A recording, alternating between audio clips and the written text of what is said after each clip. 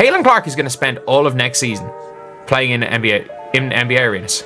Caitlin Clark isn't just breaking records. She's forcing entire WNBA franchises to abandon their home arenas. Atlanta, Chicago, Dallas, Las Vegas, and Washington, they're all moving games to NBA venues because they can't handle the demand Clark is creating. You might think Angel Reese would be thrilled about the surge in attention for women's basketball, but she must be absolutely furious watching Clark secure 41 nationally televised games, while the spotlight she expected for herself has completely vanished. The rivalry we all anticipated is evolving into something far bigger than basketball. We've got rival fans being furious that, you know, Caitlin Clark is that she's getting new arenas, getting moved to new arenas. You've got people saying that they're pushing the fever. Why are they pushing the fever? Did you ever think WNBA teams would literally abandon their home arenas just for a single rookie? Well, that's exactly what's happening right now. 6 WNBA teams have made an unprecedented decision to relocate their games to larger NBA venues specifically for Caitlin Clark matchups. This isn't just a minor venue change, it's a seismic shift in how the league operates. That there are 6 WNBA teams that have moved their games to NBA or NBA size arenas. Let's be honest about what's happening here. These teams aren't just moving to slightly bigger venues. They're shifting to enormous NBA arenas that can accommodate 3 to 4 times the number of fans compared to their usual homes.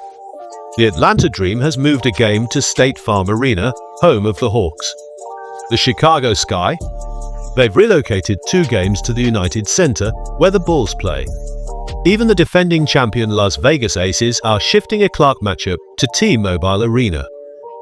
But the Dream move it to an NBA arena, the Aces move it to a much bigger arena, the Mystics move it to a much bigger arena, the Sky do, the Sun do, and the Wings do. What makes this situation even more intriguing is how these same teams downplayed Clark's potential impact before the draft.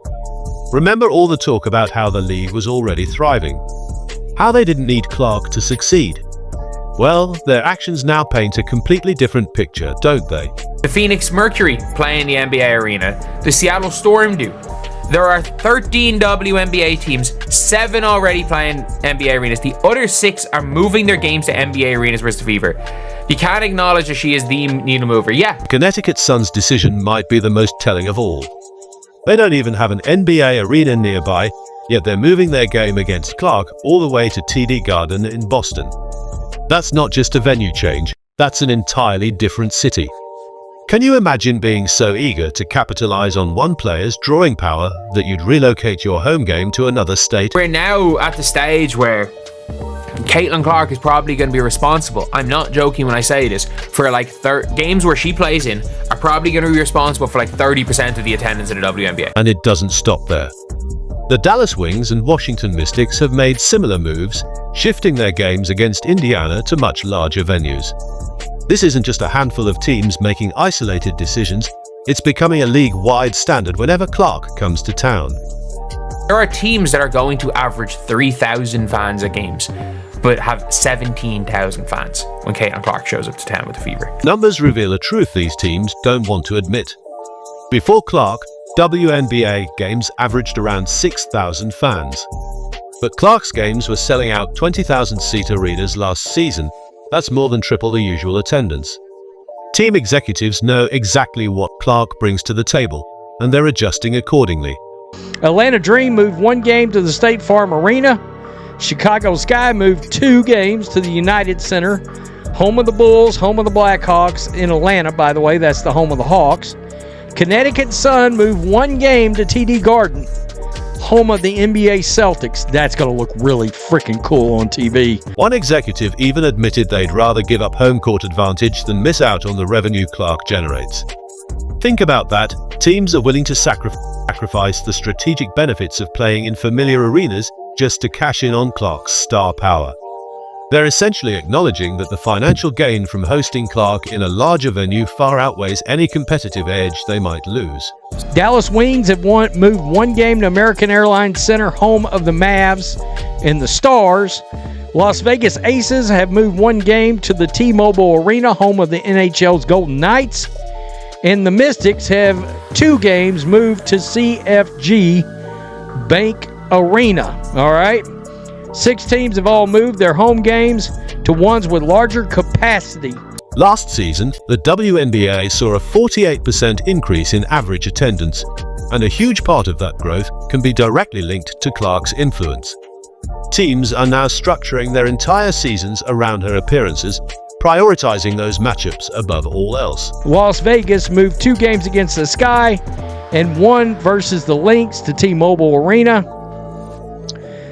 The Aces, Dream, Mystics, and Sun all moved game to larger arenas last year and set records for the franchise. If you thought shifting to bigger arenas was major, the television networks are taking their Clark obsession to an entirely different level. A rookie who hasn't played a single professional minute yet has already secured more national TV games than any team in WNBA history. That's right, 41 of the Indiana Fever's 44 games this season will be nationally televised. The Clark effect isn't just filling seats, it's completely rewriting how the league is broadcasted. Now we've got some more information on the games and some perspective. Here we are. Indiana Fever put this out, man, just a few minutes ago. All eyes on us. 41 of our 44 games are on national television. Did you hear that? This is a monumental shift for the Fever.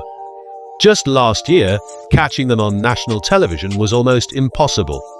Now they're practically a prime-time staple, with games spread across ABC, CBS, ESPN, and ION. This dramatic turnaround has created major tension behind the scenes among players who believed they'd be the face of the league. The most television games in franchise history, the most national television games for a single team in WNBA history. How about that? What's even more revealing is how Clark single-handedly changed viewership patterns last season.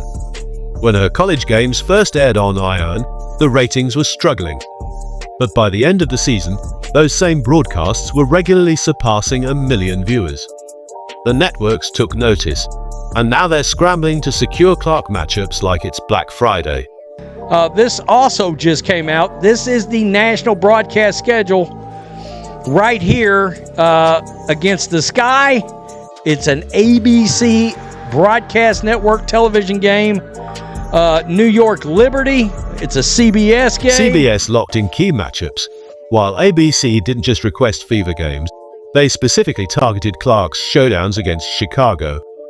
Meanwhile, CBS swooped in to grab the New York Liberty games, and ESPN wasn't about to be left out, securing the contest featuring the defending champion Las Vegas Aces. Networks aren't even pretending this is about anything other than Clark's unmatched star power.